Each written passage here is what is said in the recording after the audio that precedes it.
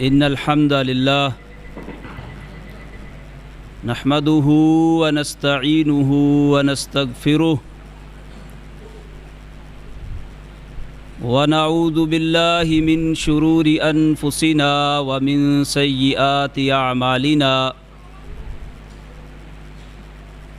من يهده الله فلا مضل له ومن يضلل فلا هادي له وأشهد أن لا إله إلا الله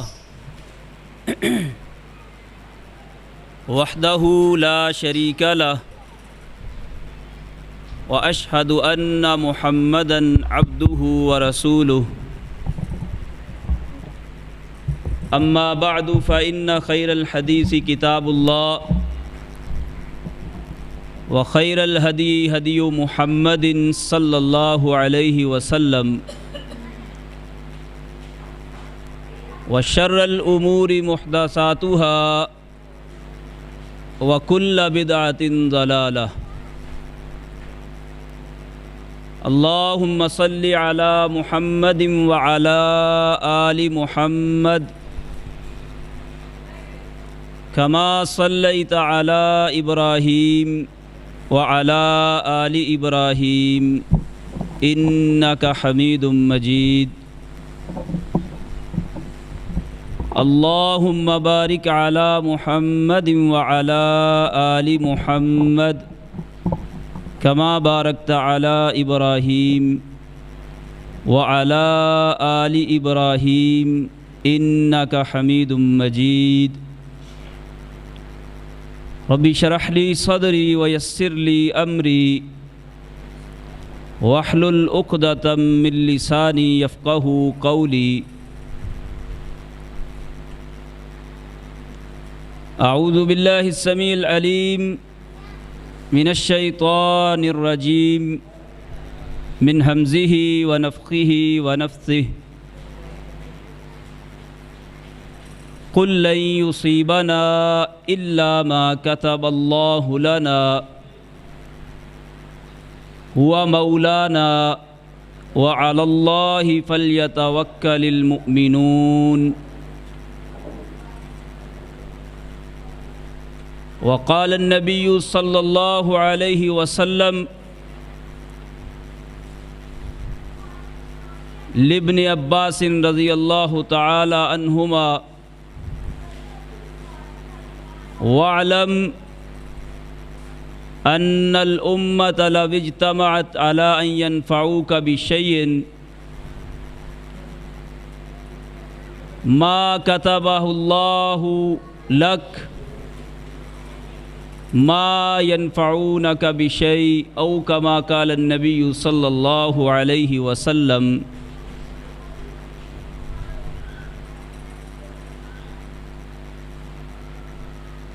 صحیح بخاری کتاب الدیات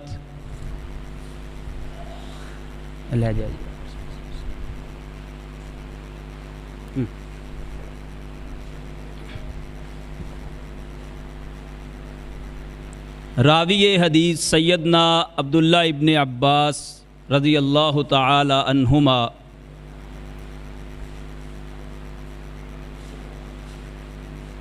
بیان کرتے ہیں کہ رسول اللہ صلی اللہ علیہ وسلم نے فرمایا ابغض الناس الی اللہ ثلاثہ،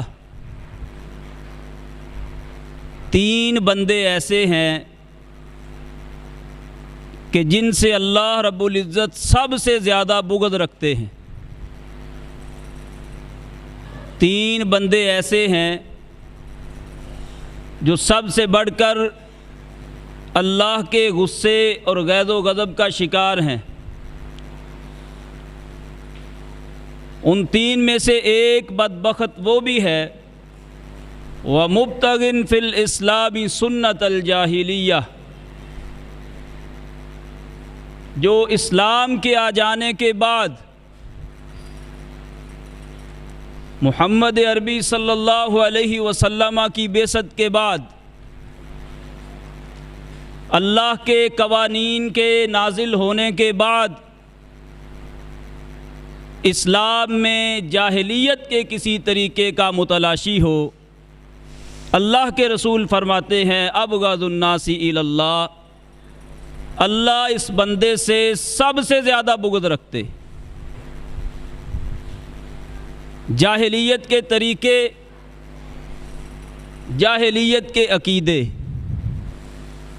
جاہلیت کے افکار، نظریات اسلام کے آ جانے کے بعد اگر کوئی بندہ ان کا متلاشی ہے، ان کو چاہتا ہے، ان کو اپناتا ہے، تو وہ یاد رکھ لے کہ اللہ کے نزدیک وہ سب سے زیادہ مبغوض بندہ ہے۔ وجہ کیا ہے؟ وجہ یہ ہے کہ اس نے اسلام کے آ جانے کے بعد جاہلیت کو پسند کیا ہے۔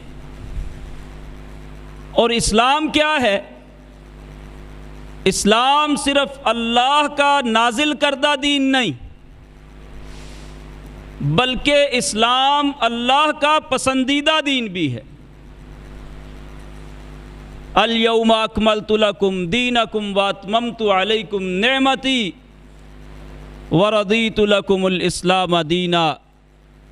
اللہ نے جب اس اسلام کو مکمل کیا، کہا کہ میں نے اس کو مکمل کر دیا، اپنی نعمت تمہارے اوپر تمام کر دی۔ تیسری بات اللہ نے یہ فرمائی وَرَضِيتُ لَكُمُ الْإِسْلَامَ دِينًا، اس دین کو میں نے تمہارے لیے پسند بھی کیا ہے۔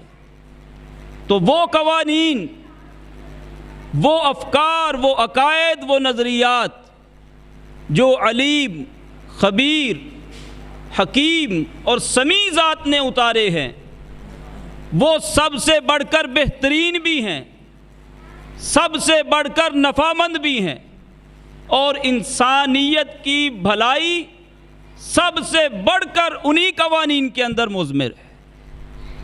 اب اگر کوئی بندہ جاہلیت کے کسی طریقے کو پسند کرتا ہے، اس کو اپناتا ہے، تو در حقیقت وہ بندہ اللہ رب العزت کی پسند کو ٹھکراتا ہے۔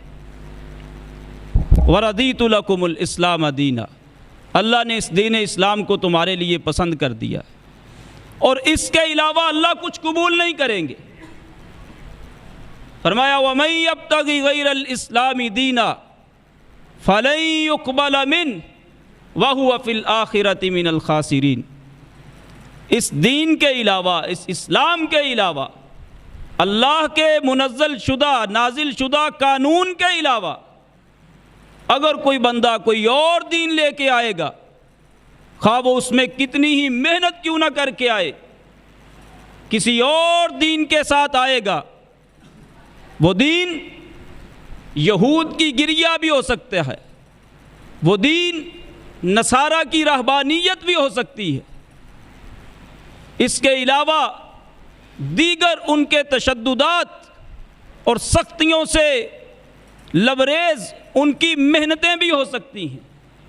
اللہ کہتے ہیں وَمَن يَبْتَغِ غَيْرَ الْإِسْلَامِ دِينًا، کتنی ہی محنتیں کر کے کیوں نہ آئے، کتنی ہی مشقتیں برداشت کیوں نہ کر کے آئے، دین اسلام کے بغیر آئے گا فَلَن يُقْبَلَ مِنْهُ، ہرگز اس سے کچھ بھی قبول نہیں کروں گا، وَهُوَ فِي الْآخِرَةِ مِنَ الْخَاسِرِينَ، آخرت میں خسارہ پانے والوں میں سے۔ اِنَّ الدِّينَ عِندَ اللَّهِ الْإِسْلَامِ، اللہ کے نزدیک دین صرف اسلام ہے،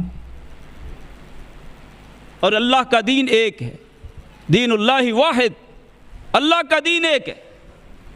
اسلام صرف محمد عربی صلی اللہ علیہ وسلم پر نازل ہونے والی شریعت کا نام نہیں ہے، آدم سے لے کر نوح تک، نوح سے عیسیٰ تک، عیسیٰ سے نبی آخر الزمان خاتم النبیین محمد الرسول اللہ صلی اللہ علیہ وسلم تک جتنے انبیاء اور رسول ہیں، سب کا دین ایک تھا، اور وہ دین دین اسلام تھا۔ ان الدین عند اللہ الاسلام، نبی علیہ الصلوۃ والسلام کی حدیث بھی ہے آپ نے فرمایا الانبیاء کلہم اخوۃ اللات، تمام انبیاء اللاتی بھائی ہیں۔ اللاتی بھائی جن کا باپ ایک ہو مائیں مختلف ہوں۔ معنی کیا ہے کہ تمام انبیاء کی شریعت کے اصول، قوانین، بنیادی عقائد ایک ہی ہیں۔ تمام انبیاء کا دین ایک ہے۔ ہاں وَأُمَّهَاتُهُمْ شَتَّىٰ، فروعی مسائل کے اندر، چھوٹے موٹے مسائل کے اندر نبیوں کی شریعت مختلف ہو سکتی ہے، لیکن ایمان، اصول، قوانین اور بنیادی عقائد میں تمام انبیاء مشترک ہیں۔ تمام انبیاء کا دین ایک ہے اور وہ دین اسلام ہے۔ ان الدین عند اللہ الاسلام۔ تو اللہ کو سب سے برا بندہ وہ لگتا ہے جو اللہ کے اس پسندیدہ اور بہترین قانون اور دستور کے آنے کے بعد کسی اور راستے، کسی اور طریقے اور کسی اور فکر اور عقیدے کا متلاشی ہو۔ تو میرے بھائیوں، جاہلیت کے جو طریقے ہیں ان سے اسلام نے گاہے بگاہے اپنے ماننے والوں کو ڈرایا ہے، اور اسلام اس کا جو بنیادی عقیدہ ہے وہ عقیدہ توحید ہے۔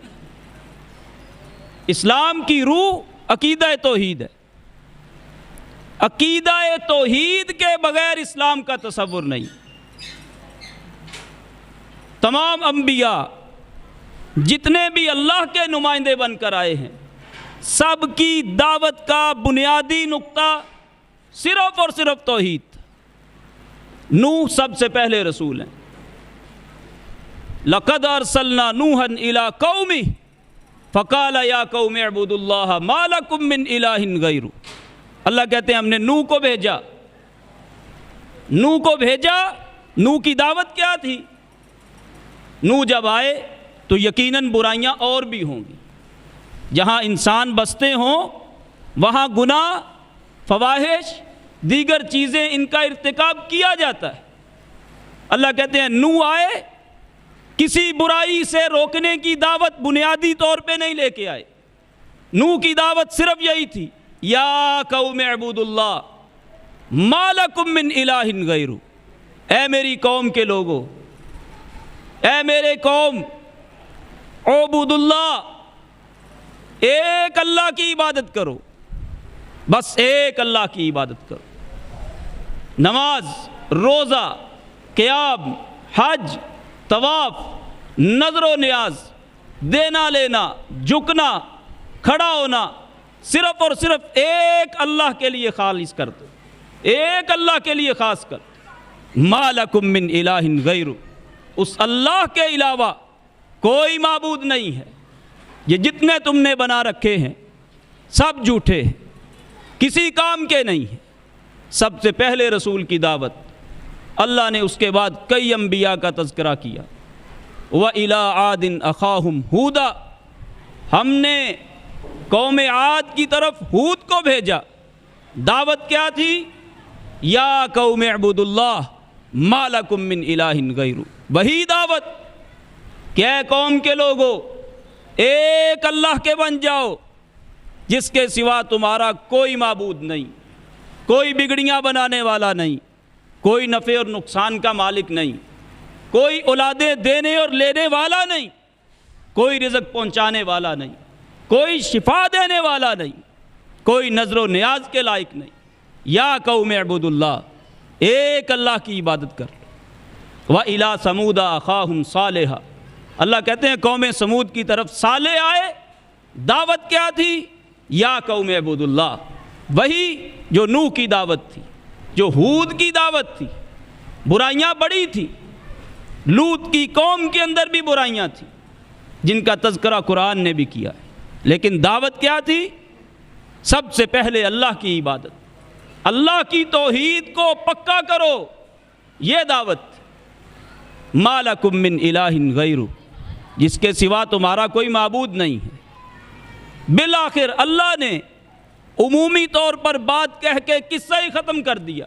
فرمایا وَلَقَدْ بَعَثْنَا فِي كُلِّ أُمَّةٍ رَسُولًا ان اعبدوا اللہ واجتنبوا الطاغوت۔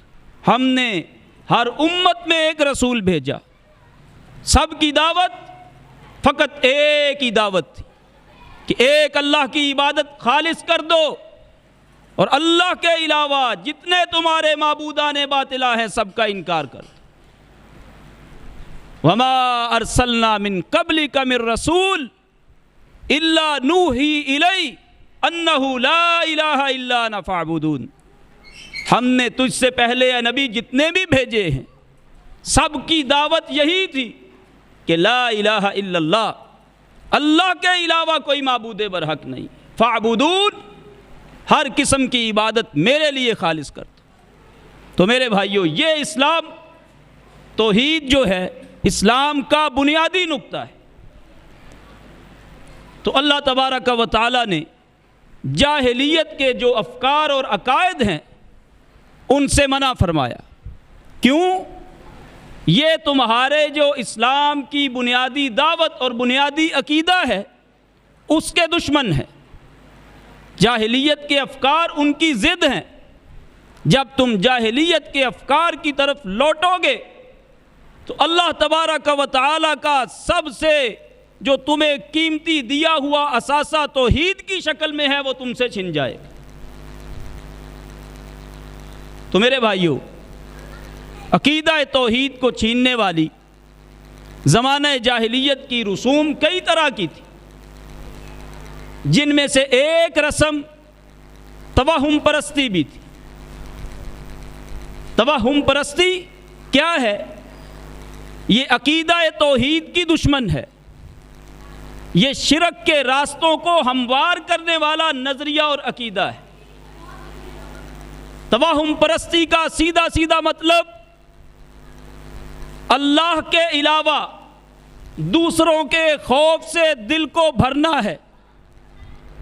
جب بندہ توہم پرستی کا شکار ہوتا ہے تو پھر قبریں کیا، مزارات کیا، مٹی اور پتھر کے ڈھیلے کیا، شجر کیا اور حجر کیا، ہر قسم کا خوف اللہ اس بندے کے دل کے اندر بٹھا دیتے۔ تو یہ توہم پرستی جاہلیت کا نظریہ ہے جس کا اسلام کے ساتھ کوئی تعلق نہیں ہے۔ یہ توہم پرستی عرب کے معاشرے کے اندر کوٹ کوٹ کے بھری ہوئی تھی۔ جب اللہ کے رسول صلی اللہ علیہ وسلم تشریف لائے تو مکہ کی حالت یہ تھی، بلکہ پورے عرب کی حالت یہ تھی کہ عرب کا ایک ایک گھرانہ صنم کدہ اور بت خانے کی شکل میں تبدیل ہو چکا تھا۔ ہر گھروں کے اندر بت ہیں، اپنے اپنے بابے اور بزرگ بنا رکھے ہیں، انہی سے امیدیں ہیں، انہی سے خوف ہے، ان کے بارے میں کوئی کوتاہی نہیں کرتا۔ نظریہ کیا ہے؟ کوتاہی ہوئی تباہی کر دیں گے، ان کے حق کے اندر کوئی حق تلفی کر دی کاموں کو بگاڑ کے رکھ دیں گے۔ یہ توہم پرستی عرب کے معاشرے کے اندر کوٹ کوٹ کے بھری تھی، حتیٰ کہ جن معبودان باطلہ کی وہ عبادت کرتے تھے ان کے بارے میں عقل پر مبنی بات سننے کو بھی تیار نہیں تھے۔ معاشرے کے سب سے بہترین فرد جناب محمد الرسول اللہ صلی اللہ علیہ وسلم، جو اس معاشرے کے اندر صادق اور امین مانے جاتے تھے، خوبصورت بھی تھے، خوب سیرت بھی تھے، انہوں نے جب یہ دعوت پیش کی کہ یہ معبودان باطلہ ہیں، کچھ نہیں کر سکتے، اللہ کے رسول صلی اللہ علیہ وسلم کا کبھی یہ کردار دیکھتے ہیں کہ کردار کے لحاظ سے بڑے اعلیٰ ہیں، پھر ہوا کیا ہے؟ ہوا یہ ہے کہ نعوذ باللہ ان کو ہمارے بابوں کی، ہمارے معبودان باطلہ کی پکڑ آ گئی، اور بعض بندے ہمدردی کے طور پر نبی صلی اللہ علیہ وسلم کو دم کرنے کے لیے بھی آئے کہ آپ کسی پکڑ میں آ گئے ہیں، آپ کو دم کرتے۔ اللہ کے رسول صلی اللہ علیہ وسلم کا صحابی زمام بن ثعلبہ، یہ بنو سعد بن بکر کا نمائندہ بن کے اللہ کے رسول کے پاس آیا. لمبی حدیث ہے. اس نے آ کر سوالات کیے, قسمیں دے دے کر سوالات کیے. اللہ کے رسول نے اس کو جواب دیے. واپس گیا مسلمان ہو کر, اور جا کے کیا کہتا ہے, بیست اللات والعزیٰ, کہ بھئی یہ لات منات عزیٰ یہ ہماری دیوی ہماری دیوتا یہ کچھ نہیں کر سکتے, یہ بڑے برے ہیں. قوم نے اتنا سنا خوف سے کانپنے لگ گئے. کہا زمام کیا ہو گیا ہے, ایسی باتیں کر رہے ہو, یہ برے ہیں یہ کچھ نہیں کر سکتے, اللہ سے ڈر جا. اتقل جزام واتقل برس واتقل جنون, اور تجھے کیڑے پڑ جائیں گے, بیماریاں چل جائیں گی, برس کی بیماری لگ جائے گی, دیوانہ ہو جائے گا, مجنون ہو جائے گا. ان ہستیوں کے بارے میں ایسی باتیں کر رہا. یہ عرب کے ہاں توہم پرستی کا عالم تھا کہ اپنے معبودان باطلہ ان کے بارے میں بات کرنے کو جرم خیال کرتے تھے. اس طرح کی کئی مثالیں. سیدہ زنیرہ رضی اللہ تعالی عنہ اسلام قبول کیا, اللہ کی طرف سے آزمائش آئی, آنکھوں کی بصارت چلی گئی. اب ایمان والوں کا کام صبر ہوتا ہے, ان کو پتہ ہے آنکھیں دینے والا بھی اللہ ہے, لینے والا بھی اللہ ہے. لیکن جو توہم پرستی کا شکار ہوتے ہیں وہ ظاہری اور مادی اسباب کو دیکھتے ہیں, ان کے اوپر فیصلہ کرتے. جیسا کہ عبداللہ ابن عباس فرماتے ہیں کہ پہلے حالت یہ تھی کہ بدو دیہاتی جو تھے یہ سمجھتے تھے کہ اسلام قبول کریں گے دنیاوی آفتیں ٹل جائیں گی, مال و متاع زیادہ ہوگا, فائدے زیادہ پہنچیں گے. کہتے ہیں کان الرجل یقدم المدینہ, کوئی بدو مدینہ آتا اسلام قبول کرتا, اس کے بعد گھر کے اندر خیر و برکت آتی, اس کی بیوی کے ہاں بچہ پیدا ہوتا, اگر سواری گھوڑی وغیرہ بچہ جن دیتی تو کہتا ھذا دین صالح, محمد عربی کا یہ دین تو بڑا اچھا دین ہے. لیکن اگر معاملہ اس کے برعکس ہوتا, کوئی نقصان ہو جاتا تو فوراً کہہ دیتا ھذا دین سوء, یہ تو بڑا برا دین ہے. یہ توہم پرستوں کا نظریہ اور عقیدہ ہوتا ہے کہ وہ ظاہری اور مادی اسباب کے اوپر نظر رکھتے, دلائل کو نہیں دیکھتے. اسی طرح کی ایک اور صورتحال نبی صلی اللہ علیہ وسلم کے سامنے پیش آئی. عرابی آیا, اسلام قبول کیا. اسلام قبول کیا, اگلے دن اللہ کا کرنا ایسا ہوا کہ بخار چڑھ گیا. اللہ کے رسول کو کہتا ہے میں نے تو بیعت توڑنی ہے. کہا وجہ کیا ہے؟ کہا بخار چڑھ گیا ہے بیعت کرتے ہی. اللہ کے رسول نے سمجھایا کہ اللہ کے بندے یہ اللہ کی مشیت ہے, اللہ کی مرضی ہے. اسلام قبول کرنے سے ایسا نہیں ہوا. کہتا نہیں توڑنی ہے. 3 مرتبہ سمجھایا, نہیں مانا, بیعت توڑ دی, واپس چلا گیا. اللہ کے رسول فرماتے ہیں انما المدینۃ کالکیر, یہ مدینہ بھٹی کی طرح ہے. جس طرح بھٹی لوہے کی میل کچیل کو دور کر دیتی ہے, ویسے ہی مدینہ بھی اپنی گندگی کو صاف کر کے گند کو باہر نکال پھینکتا ہے, خالص جوہر کو رکھ لیتا ہے. توہم پرستی کی یہ حالت تھی. اللہ کے رسول صلی اللہ علیہ وسلم کے دور میں عربوں کے ہاں زنیرہ کی بصارت گئی, بدبخت کہنے لگے اسلام قبول کیا ہے, اس کی نحوست کی وجہ سے اس کی آنکھیں چلی گئی. اسی طرح ایک اور صحابی غالباً طفیل بن عمر ہے, اپنی بیوی کو جا کے اسلام کی دعوت پیش کی. اب اسلام کی دعوت بڑی کھری ہے بھائی. اسلام کی دعوت میں میٹھا میٹھا نہیں ہے, صرف جنت کے تذکرے نہیں ہیں. اسلام کی دعوت میں ضرب لگتی ہے, چوٹ لگتی ہے. وہ کیا ہے؟ معبودان باطلہ کا رد ہوتا ہے. اسلام کی دعوت پیش کی طفیل نے کہ بھئی یہ بابے, یہ معبودان باطلہ, یہ لات, یہ منات, یہ عزیٰ, یہ ود, سوا, یغوث, یعوق, نصر, کوئی بھی ہو, یہ نفع اور نقصان کے مالک نہیں ہیں. بیوی فوراً اٹھی, کہا طفیل تجھے خوف نہیں آتا؟ جس بت کو ہم پوجتے ہیں ذو شریک کو, وہ ہماری ٹانگیں توڑ دے گا. تو اللہ کو سب سے برا بندہ وہ لگتا ہے جو اسلام کے آ جانے کے بعد بھی کسی جاہلیت کے طریقے کا متلاشی. اور توہم پرستی یہ جاہلیت کا عقیدہ ہے, جاہلیت کا نظریہ ہے. جاہلیت کے افکار ہیں۔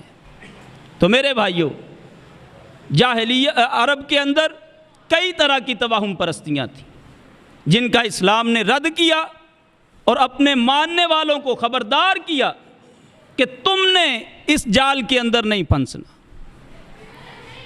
ہمارے معاشرے کے اندر بھی آج بالکل وہی جاہلیت والا منظر پیش ہو رہا ہے، اس کی طرف بعد میں آتے۔ عربوں کے ہاں کئی طرح کی توہم پرستیاں تھیں۔ مثال کے طور پر عربوں کا یہ عقیدہ تھا کہ بعض چیزیں بعض ایام یہ منحوس ہوا کرتے، کچھ بندے منحوس ہوتے، کچھ جانور منحوس ہوتے۔ تو ان کے ہاں یہ عقیدہ تھا کہ کوئی بیماری جو ہے یہ متعدی ہوتی ہے، اور اس اعتبار سے ہوتی ہے کہ بذات خود ایک سے دوسرے کو لگ جاتی ہے۔ بیماری کے پاس اتنی طاقت اور تاثیر ہے کہ وہ ایک سے دوسرے کو لگ سکے۔ یہ عربوں کے ہاں عقیدہ تھا۔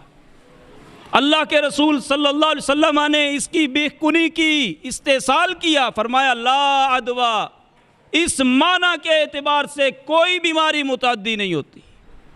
عربوں کے ہاں ایک عقیدہ تھا، ایک نظریہ تھا کہ سفر کا مہینہ جو ابھی ہمارے ہاں بھی چل رہا ہے، یہ سفر کا مہینہ منحوس ہوتا ہے۔ اور سفر کو سفر کہتے اسی لیے تھے کہ یہ برکت سے خالی ہے، کسی کام کا آغاز نہیں کرتے تھے، منحوس جانتے تھے۔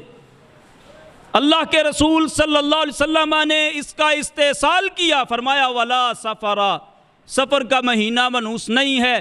یہ ساری کی ساری ان کے منہوں کی باتیں ہیں، حقیقت کے ساتھ اس کا تعلق نہیں۔ تو یہ جاہلیت کا نظریہ ہے، سفر کو منحوس جاننا۔ یہ بات یاد رکھیے، یاد کر لیجئے، آج اگر کوئی بندہ سفر کے مہینے کو منحوس جانتا ہے تو وہ لکھ لے، دماغ میں بٹھا لے کہ اللہ اس بندے سے سب سے زیادہ بغض رکھتے۔ سارے ایام اللہ کے۔ تو آج ہمارے ہاں سفر کے مہینے کو منحوس جانا جاتا ہے، اور اس مہینے کے اندر مشاہدہ کیجئے، شادی بیاہ اکا دکا ہیں۔ کیوں؟ لوگوں کا عقیدہ ہے کہ اس مہینے کے اندر کی ہوئی شادی کبھی توڑ نہیں چڑھے گی، شادیاں نہیں کرتے لوگ، کام کا آغاز نہیں کرتے کہ اس مہینے میں اگر کسی کام کا آغاز کیا جائے گا تو وہ کام برکت سے خالی ہوگا۔ اس مہینے کے اندر نو بیاہتا جوڑوں کو الگ کر دیا جاتا ہے کہ اگر ان کو اللہ نے کوئی خیر عطا کر دی اولاد کی صورت میں تو وہ اولاد برکت سے محروم ہوگی۔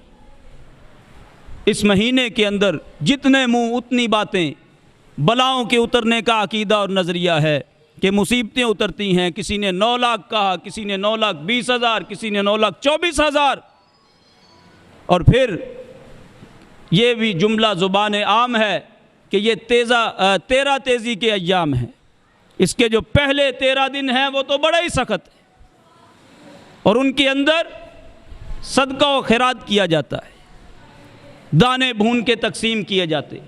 اگر ایسا نہ کیا، سفر کا مہینہ اپنی نحوست توڑ دے گا، ہمارے نقصانات ہو جائیں گے۔ اگر کوئی بندہ یہ نظریہ رکھتا ہے تو وہ یاد رکھے اللہ رب العزت اس بندے سے بغض رکھتے۔ کیوں؟ اس نے جاہلیت کے طریقے اور افکار کو اپنا رکھا ہے۔ عربوں کے ہاں ایک یہ بھی عقیدہ تھا کہ جب کوئی مقتول قتل ہو جاتا ہے، اس کا بدلہ نہ لیا جائے تو اس کی روح الو کی شکل میں آتی ہے، الو کی شکل میں آ کے بولتی ہے، چیختی ہے، پکارتی ہے کہ میرا بدلہ لو، میری جگہ پہ خون کو بہاؤ۔ عربوں کے ہاں یہ عقیدہ تھا۔ اللہ کے رسول صلی اللہ علیہ وسلم نے اس کی نفی کی، فرمایا ولا ہامہ، یہ الو والا نظریہ حقیقت سے خالی ہے، کوئی حقیقت نہیں اس کی۔ آج ہمارے ہاں بھی صورتحال یہی ہے، کوئی بھی اخبار اٹھاؤ، اس کے کسی نہ کسی پیج کے اوپر آپ کو ملے گا الو کے ذریعے علاج کرنے کے ماہر، فلاں فلاں بنگالی بابا روحانی معالج، یہ الو کے ذریعے علاج کرتے، اور ہمارے ہاں یہ جملے بولے جاتے ہیں، کہیں پہ کوئی ویرانہ دیکھا کہ یہاں تو الو بول گیا ہے۔ او بھائی یہ توہم پرستی ہے، یہ جاہلیت کا نظریہ ہے۔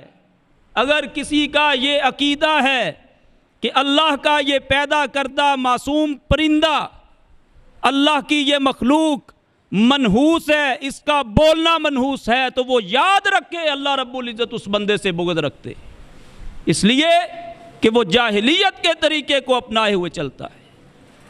اللہ کے رسول صلی اللہ علیہ وسلم نے ان چیزوں کی نفی کی، امت کو بتایا کہ یہ شرک کے راستے، وسائل اور ذرائع ہیں، اور توہم پرستی کی بعض صورتیں کچھ تو ایسی ہیں جو شرک کے وسیلے بنتی ہیں، اور کچھ ایسی ہیں جو بذات خود شرک ہوتی ہیں۔ تو میرے بھائیوں، توہم پرستی کی گندگی سے اپنے آپ کو نکالیے۔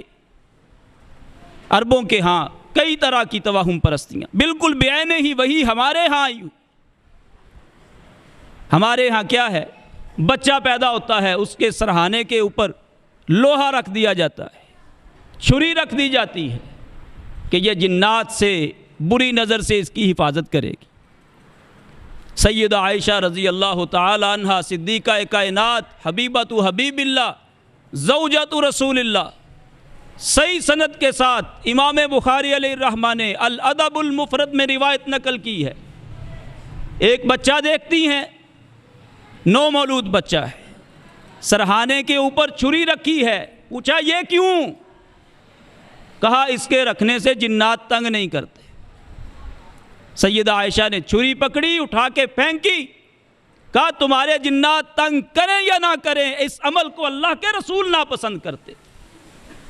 اگر کوئی بندہ یہ سمجھتا ہے کہ چھریاں اور لوہے رکھنے سے نو مولود سے مصیبتیں ٹلتی ہیں، تو وہ یاد رکھے کہ اللہ اس سے بغض رکھتے۔ کیوں؟ کہ وہ جاہلیت کے طریقے کا متلاشی ہے، جاہلیت کی توہم پرستی کو پسند کرتا ہے۔ کئی طرح کی توہم پرستیاں عربوں کے، معبودوں کے بارے میں بات کی، ٹانگیں توڑ دیں گے۔ آج ہمارے ہاں کیا ہے؟ ہمارے ہاں بھی یہی ہے، ہر سبز جھنڈی کو دیکھ کے گرتے جاتے ہیں۔ یہ سبز جھنڈی دیکھی نہیں، ساتھ ہی سر جھکا دیا، یہاں سے سلام کیے بغیر نکل گئے تو ایکسیڈنٹ میں مارے جائیں گے۔ اور اسلام اس لیے نہیں آیا تھا، اسلام تمہیں دلیر بنانے کے لیے آیا ہے، اسلام ایک اللہ کا خوف تمہارے اندر پیدا کرنے کے لیے آیا ہے۔ اللہ چاہے تو ہوگا، نہیں چاہے تو نہیں ہوگا۔ آج ہمارے ہاں یہ نظریے اور عقیدے قبروں کے اوپر، درباروں کے اوپر، مزاروں کے اوپر لگے ہوئے جو درخت ہیں ان کی مسواک تک نہیں توڑتے کہ بابا جی ٹانگ توڑ دیں گے، بابا جی نقصان کر دیں گے، ولیوں کے درخت کی ٹہنی بھی نہیں ہلانی۔ یہ توہم پرستی ہے میرے بھائی۔ اگر کوئی بندہ ان باتوں کو سچ سمجھتا ہے تو جو وہ یاد رکھ لے اللہ اس سے بغض رکھتے ہیں، وہ جاہلیت کے طریقوں کا متلاشی، مختلف قسم کے نظریات، اور چھوٹی چھوٹی باتوں میں ہمارے ہاں توہم پرستی گھس چکی ہے۔ آنکھ پھٹ پھڑاتی ہے، فوراً کہہ دیتے ہیں مصیبت آنے والی، اور چھینکیں آ جائیں تو کوئی یاد کر رہا ہے۔ یہ ساری توہم پرستیاں ہیں میرے بھائی، اسلام کے ساتھ، حقیقت کے ساتھ ان کا کوئی تعلق نہیں ہے۔ یہ عقیدوں کے بیڑوں کو بیڑا غرق کرنے والی چیزیں ہیں، اور کچھ صورتیں تو ایسی ہیں جو بالکل شرک ہیں یا شرک کے قریب پہنچا دیتی، جس طرح کہ آج کچھ درختوں کو متبرک جانا جاتا ہے، کچھ جالیوں کو، کچھ دروازوں کو متبرک جانا جاتا ہے۔ وہاں پہ مرادیں پوری کروانے کے لیے دھاگے، تالے، چھلے اور کڑے باندھ کے آتے ہیں لوگ، نام لکھ لکھ کے آتے ہیں۔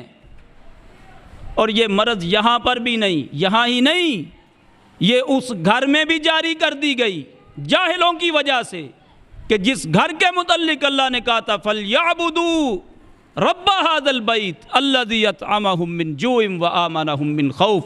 مکہ میں جائیے، وہاں بھی آپ کو جہالا یہی کام کرتے نظر آئیں گے۔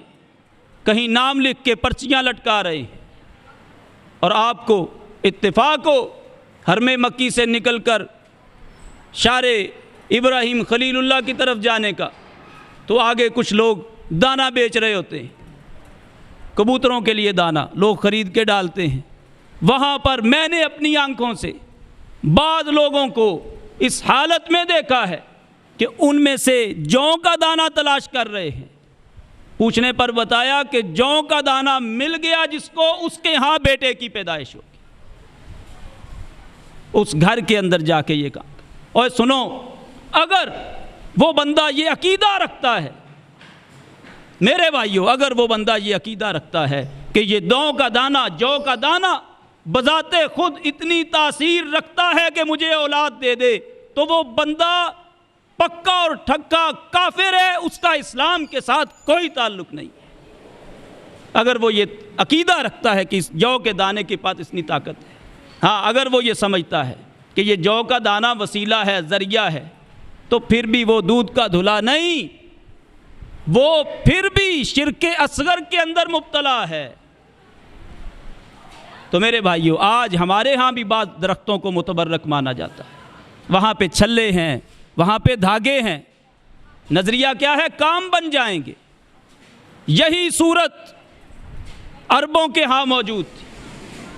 اللہ کے رسول صلی اللہ علیہ وسلم مکہ کو فتح کرتے ہیں، ابو واقد اللیثی بیان کرتے ہیں، اللہ کے رسول فتح مکہ کے بعد حنین کی طرف گئے، حوازن کی طرف گئے، آپ کے ساتھ صحابہ کی ایک بڑی تعداد موجود ہے۔ راستے میں ایک درخت کے پاس سے آپ گزرے، یہ درخت بڑا متبرک مانا جاتا تھا، اس کا نام تھا ذات انوات۔ انوات نوت سے ہے، نوت کا معنی لٹکانا۔ مشرکین عرب تبرک کی نیت سے وہاں پر اپنے اسلحہ اور دیگر چیزیں لٹکایا کرتے تھے کہ جو چیز یہاں لٹکے گی وہ بابرکت ہو جائے گی۔ اللہ کے رسول وہاں سے گزرے، صحابہ نئے نئے مسلمان ہوئے فتح مکہ کے موقع پر۔ ان نومولود صحابہ میں سے کسی نے کہہ دیا کہ اللہ کے رسول صلی اللہ علیہ وسلم ہمارے لیے بھی کوئی ذات انوات بنا دیجئے، اجعل لنا ذات انوات کما لہم ذات انوات۔ جس طرح ان مشرکین کا ذات انوات ہے، ہمارے لیے بھی کوئی اس طرح کا درخت مقرر کیجئے تاکہ ہم بھی برکت حاصل کریں۔ اللہ کے رسول نے یہ جملہ سنتے فرمایا، اللہ اکبر، انہا السنن، کہ یہ تو پہلے لوگوں کے گندے طریقے ہیں، یہ تو ویسی بات ہے جیسی بنی اسرائیل نے موسیٰ سے کہی تھی، جس کا تذکرہ قرآن نے کیا ہے کہ جب بنی اسرائیل موسیٰ کے ساتھ جا رہے تھے تو ایک معبود کے پاس سے، باطل معبود کے پاس سے ان کا گزر ہوا، وہاں پہ لوگوں نے مجاورت اختیار کی ہے، مجاور بن کے بیٹھے ہیں برکت کی نیت سے۔ تو قوم موسیٰ نے کہا اجعل لنا الہا کما لہم آلہہ، موسیٰ ہمارے لیے بھی کوئی ایسا بابا اور معبود مقرر کر دو۔ تو موسیٰ نے کہا تھا انکم قوم تجہلون، تم بڑے جاہل ہو، یہ جہالت والی بات کر دی تم نے۔ اللہ کے رسول نے فرمایا میرے صحابہ، تم نے وہی بات کی ہے جو قوم موسیٰ نے موسیٰ سے کی تھی۔ پھر آپ نے قسم اٹھا کے کہا لَتَرْكَبُنَّ سُنَنَ مَنْ قَبْلَكُمْ، اللہ کی قسم ہے تم اپنے سے پہلے لوگوں کے طریقوں پر چلو گے۔ اور آج امت اسی ڈگر پہ ہے، اپنے سے پہلے لوگوں کے طریقوں کے اوپر بالکل بے نہیں ویسے ہی چل رہی ہے جیسے وہ چلتے تھے۔ ایک اور مقام پہ اللہ کے رسول صلی اللہ علیہ وسلم نے فرمایا تھا، فرمایا اربعن فی امتی من امور الجاہلیہ لا یترکوہن او کما قال النبی صلی اللہ علیہ وسلم، کہ 4 چیزیں جاہلیت کی ہیں لیکن میری امت کے اندر وہ موجود رہیں گی، میری امت کبھی ان کو نہیں چھوڑے گی۔ ان 4 چیزوں میں سے پہلی الفخر فی الاحساب، حسب کے اوپر فخر کرنا کہ میں فلاں قبیلے سے، فلاں خاندان سے، میری فلاں برادری۔ الفخر فی الاحساب والطعن فی الانساب، دوسروں کے نسب کے اوپر طعن کرنا کہ تو فلاں کا ہے، فلاں برادری سے۔ والاستسقاء بالنجوم، اور ستاروں کے ذریعے بارش طلب کرنا۔ اللہ کے رسول فرماتے ہیں یہ چیزیں میری امت میں رہیں گی 3 ہو گئیں، چوتھی بعد میں بیان کرتا ہوں۔ والاستسقاء بالنجوم، ستاروں کے ذریعے بارش کو طلب کیا جائے گا۔ آج بھی ستاروں کی چال کے ماہر آپ کو جگہ جگہ پہ مل جائیں گے۔ آپ کی قسمت کے حال اور ستاروں کا ملاپ دیکھ کے بتائیں گے کہ بارش کب آئے گی۔ اللہ کے رسول فرماتے ہیں یہ جاہلیت ہے۔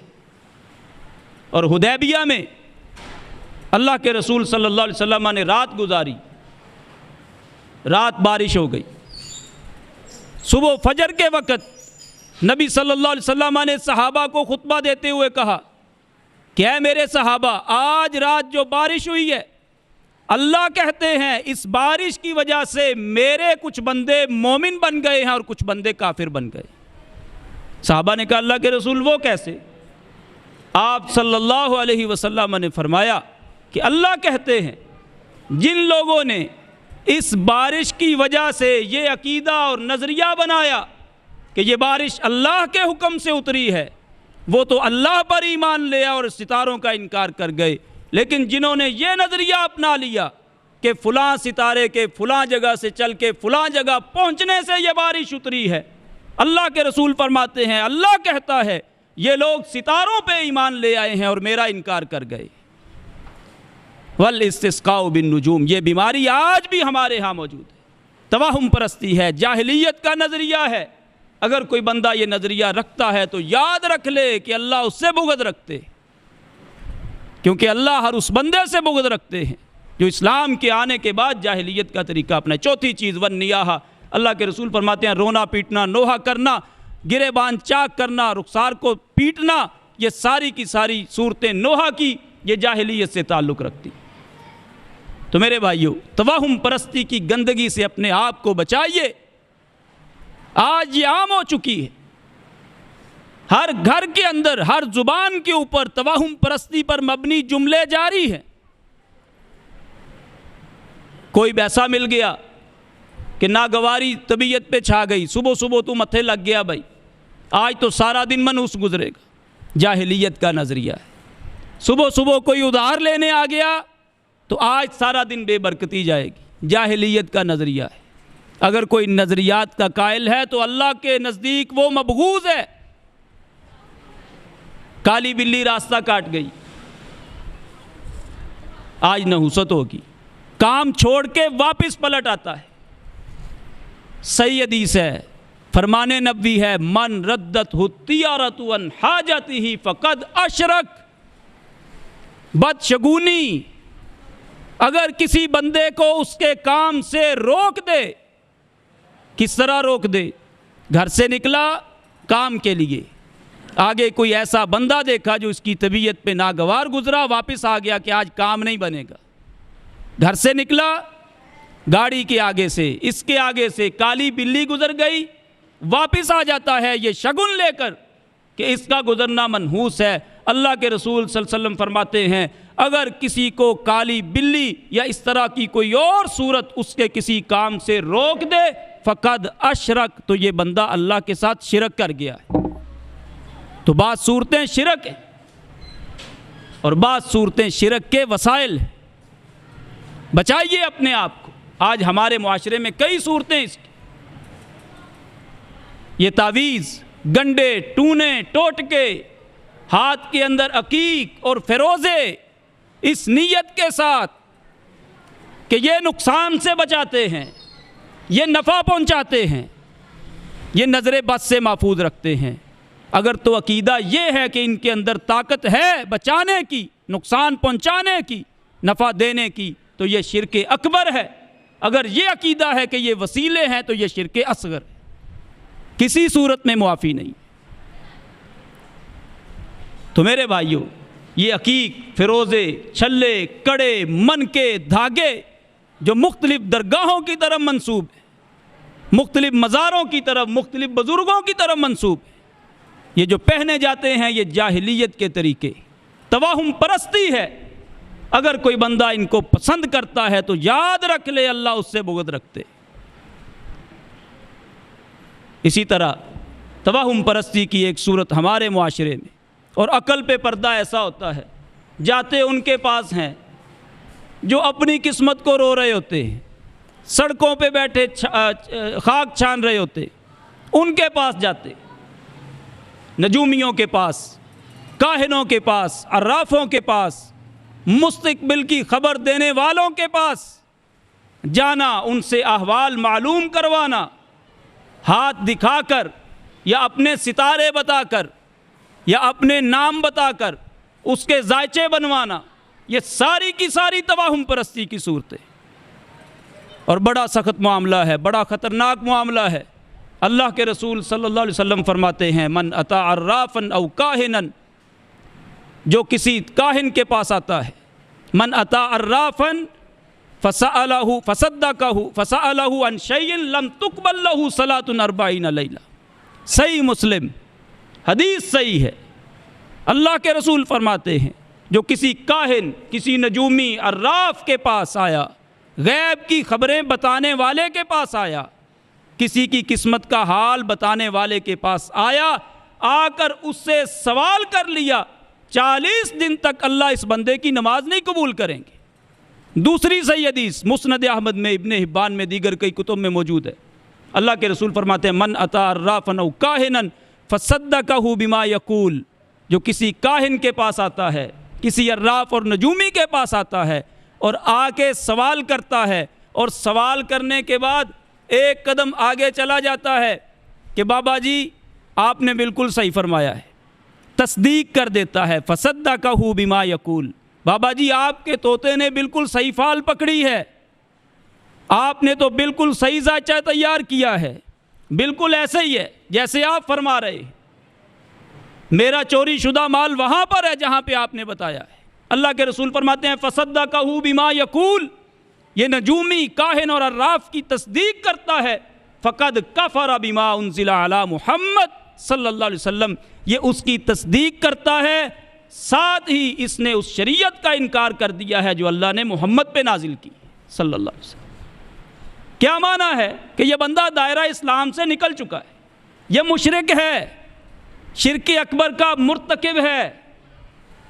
تو میرے بھائیوں، یہ ساری صورتیں توہم پرستی کی، یہ کڑے، چھلے، دھاگے، منکے، نظر بس سے بچنے کے لیے، شفا حاصل کرنے کے لیے جتنی صورتیں ہیں، سب کا تعلق امور جاہلیت سے، اور ہمارے ہاں ان کو سمجھا ہی کچھ نہیں جاتا۔ اہل توحید تڑپ جایا کرو کسی کے ہاتھ میں اس طرح کی خرافات دیکھ کر، کسی کی زبان پہ شرکیہ جملے جاری سنتے دیکھ کر تڑپا کرو، دعوت پہنچایا کرو۔ 10 بندے اللہ کے رسول کے پاس آتے، 9 کی بیعت لی، ایک نے ہاتھ آگے کیا، اللہ کے رسول نے اپنا ہاتھ پیچھے کھینچ لیا۔ یاروں نے پوچھا اللہ کے رسول 9 سے لے لی، ایک کو چھوڑ دیا، معاملہ کیا ہے؟ کہا یہ جس کی بیعت میں نے نہیں لی، اس کے ہاتھ کے اندر تمیمہ تھا، تمیمہ کے اندر یہ تویز، ٹونے، ٹوٹکے، آج جتنی صورتیں ہیں ساری شامل ہیں۔ اللہ کے رسول فرماتے ہیں اس کے ہاتھ میں تمیمہ تھا، وہ نظر بد سے بچنے کے لیے بھی ہو سکتا ہے، وہ شفا کی نیت سے بھی ہو سکتا ہے، بیماری سے بچنے کے لیے بھی ہو سکتا ہے۔ اللہ کے رسول فرماتے ہیں اس کے ہاتھ میں تمیمہ تھا، جس کے ہاتھ میں یہ توہم پرستی والی صورت نظر آئے گی، میں محمد صلی اللہ علیہ وسلم اس کا اسلام بھی قبول نہیں کروں، اس لیے میں نے اپنے ہاتھ کو پیچھے کھینچا۔ میرے بھائیوں، عقائد کے اوپر پہرا دیجئے، اپنے بھی، دوستوں کے بھی، احباب کے بھی عقائد کی اصلاح کیجئے۔ اللہ تبارک و تعالیٰ سے دعا ہے اللہ جب تک زندہ رکھے اسلام پہ رکھے، موت آئے اسی دین اسلام پہ آئے۔ اقول قولی ھذا واستغفر اللہ لی ولکم ولسائر المسلمین۔